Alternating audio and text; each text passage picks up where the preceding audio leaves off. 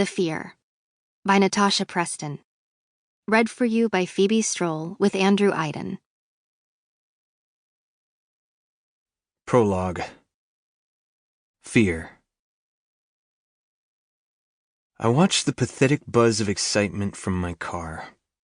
The heavy snowstorm creates a kaleidoscope of color as students sprint into Rock Bay High wearing brightly colored parkas and the hockey team's Letterman jackets. This school is all about hockey. If you don't like it, you can pretty much rule out succeeding in athletics here. They all stare at their phone screens as they run.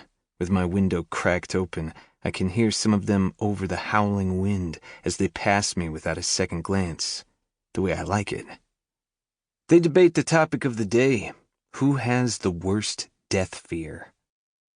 My mouth twitches as I realize that it's working. January through March is dead in this town, more so than usual, so I knew it would be the right time to begin my plan.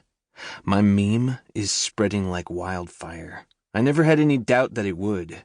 Morbid curiosity, boredom, and a string of serial killer documentaries on Netflix have made death and murder cool.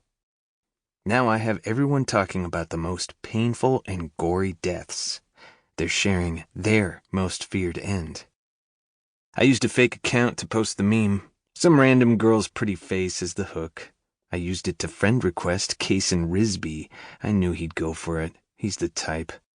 As soon as he reposted the meme, I logged out of that account, and I haven't looked at it since.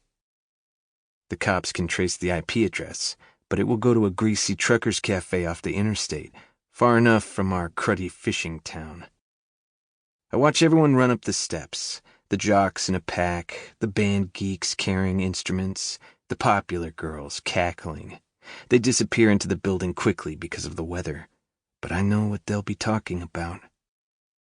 High school is always the same. The thrill of a new challenge or dare lingers for weeks, and everyone gets involved, desperate to be a part of something. Snow whips my face as it flies sideways through the gap in my window. My car is damp, my hair wet. I've been locked out in bad weather so many times over the years that it doesn't bother me anymore. I think I could survive for days out in the snow.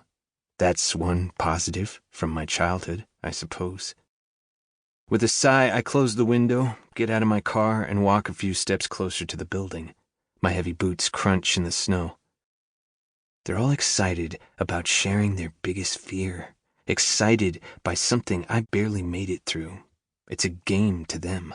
All laughing and debating whose death fear is actually the worst. Strangling, drowning, falling, hanging. The list goes on. My hands curl into fists. This town must have known what I was going through, but no one dared look closer. Not one adult asked if everything was okay at home. My life was a game to the people who should have taken care of me. Soon, they will all know that I'm not playing. This isn't just some stupid meme. This is revenge. Death is coming. Chapter 1.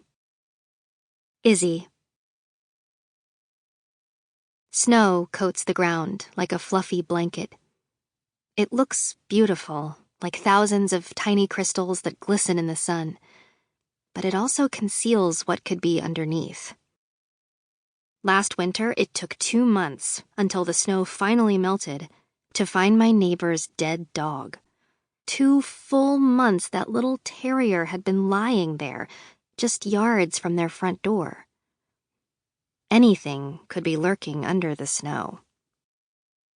We have a couple of months left of freezing conditions, but the air has been warming.